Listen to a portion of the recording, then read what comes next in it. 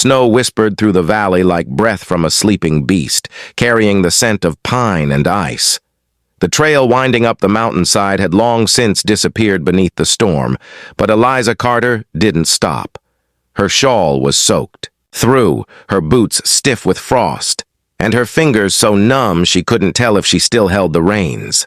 The mule pulling her small cart moved slower with every step, nostrils flaring clouds of steam into the gray morning. She had left the valley 3 days ago with nothing but a bundle of clothes, a crust of bread, and the kind of stubbornness born from starvation.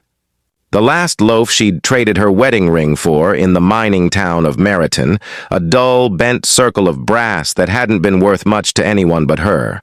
Now, even that bread was gone, the crumbs swallowed 2 nights ago, while she hid from the wind beneath a rock outcropping. She hadn't planned to live like this. Once, she'd had a home near the river where the soil was soft and her husband's laughter was louder than the church bells. But cholera had swept through the valley last spring and taken him, leaving her with debts she couldn't read and promises she couldn't keep. When the landlord came, he'd taken the house, the mule, and nearly the hope from her chest. The mule she had now was borrowed, stubborn and thin, like her. The sky had started darkening again when she saw it, a thin column of smoke rising through the trees ahead. A cabin, real, solid, and impossibly close. Her heart thudded so hard it hurt. She urged the mule forward, nearly crying from the effort. The cabin stood at the base of a ridge, built from heavy logs blackened by weather. Smoke drifted from the stone chimney, curling upward into the white air. The snow here was shallower, trampled by boots and split wood. Someone lived here, a man, by the look of it. Her hands trembled as she pulled the mule to a stop. She wanted to call out, but her throat was dry, voice stolen by the cold. For a long moment she just stood there, snow collecting on her lashes. Then she forced herself forward, boots sinking into the slush with each step. The door opened before she could knock. A man filled the doorway, tall as the frame and broad as the mountains behind him. His coat hung open over a flannel shirt, and his beard was frosted white. He looked at her with eyes so steady and gray they seemed part of the storm itself. He didn't speak. Neither did she. The air between them was full of the kind of silence that tests a person. Finally, she found her voice. "Sir, please." He stepped aside before she finished. "Get in. You're freezing." She hesitated on the threshold. "I have no money," she said, her voice small. "I didn't ask for any." Something inside her broke at that. She stepped inside, blinking against the sudden heat. The cabin smelled of smoke, stew, and wet pine. The fire crackled in the hearth, throwing light across rough-hewn walls and a table built by hand. A single chair stood by the fire, another leaned half-repaired against the wall. The man closed the door behind her, shutting out the storm. "Sit by the fire," he said. She did, lowering herself to the stool with a soft gasp. Her body ached as it thawed, fingers stinging back to life. The man moved without hurry, ladling something thick from the pot into a wooden bowl. He set it on the table beside her, along with a tin cup of water. "Eat slow," he said, returning to the fire. She stared at the bowl. Stew, real stew, with meat and potatoes. The smell alone made her dizzy, but pride held her hand. "I can't," she whispered. He turned slightly. "Can't what?" "Can't take it for nothing. You look like you've been walking through hell for a week. You can take a meal." Her voice cracked. "Then let me work for it. I can scrub, mend, cook." He cut her off gently. "I don't need another pair of hands. Just eat."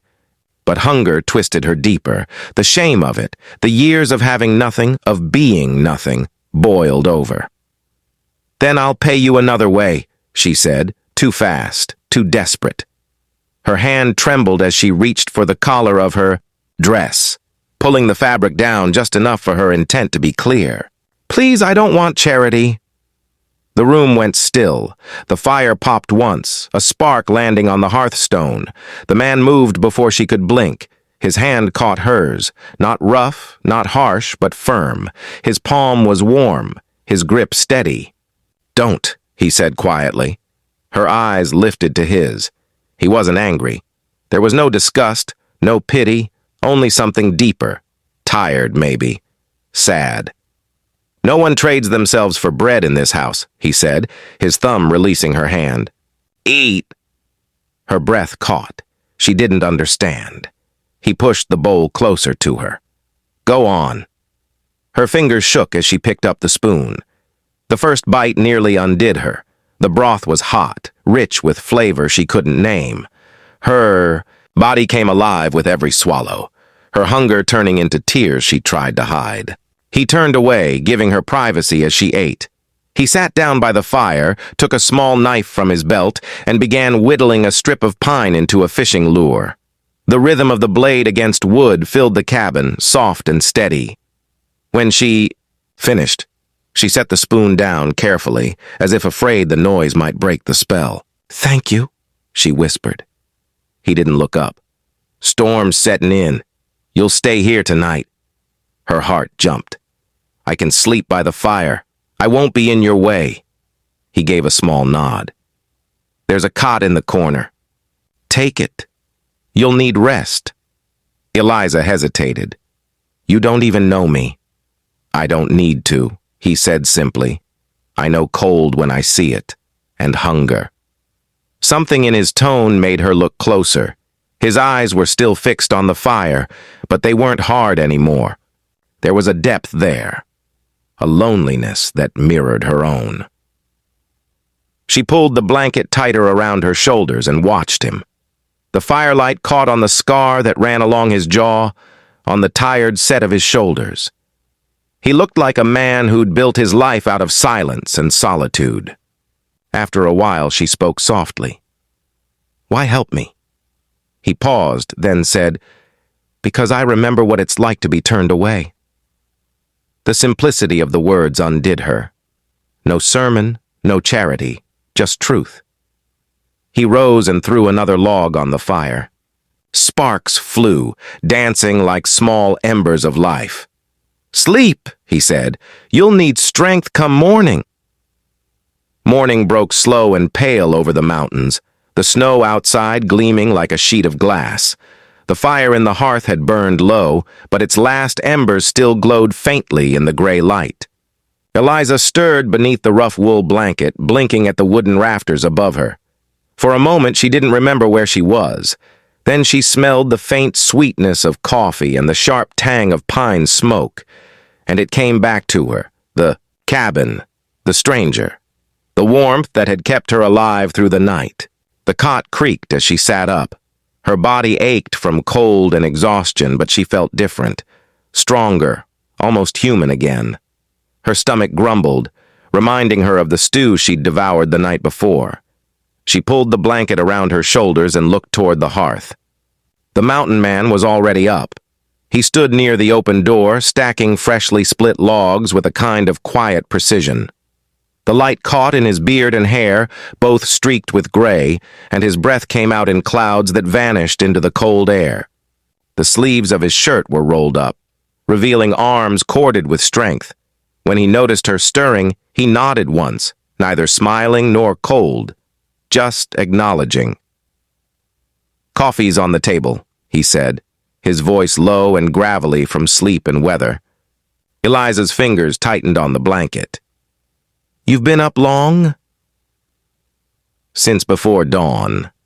Storm passed quick. You're lucky." Lucky. The word felt strange on her tongue. She poured herself a cup of the dark brew, wincing as the heat bit her fingers through the tin. It tasted bitter but warm, and she savored every swallow. He came inside, dusting snow off his shoulders before setting the last of the wood by the fire.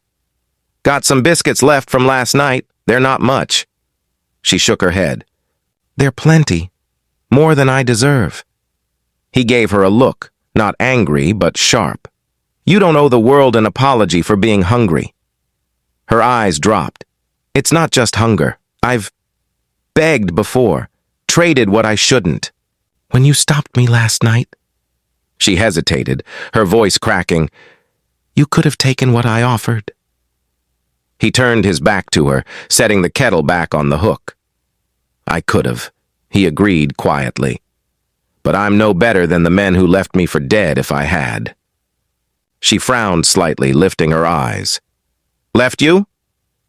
Her more mercy than all of them combined. The silence stretched between them, soft but heavy. She set the cup down and stood, the blanket slipping from her shoulders. Let me help you, she said. Please, with chores, with anything. I can't sit here while you do all the work. He gave her a long look, then motioned toward the corner where an axe leaned against the wall. Can you split kindling? She smiled faintly.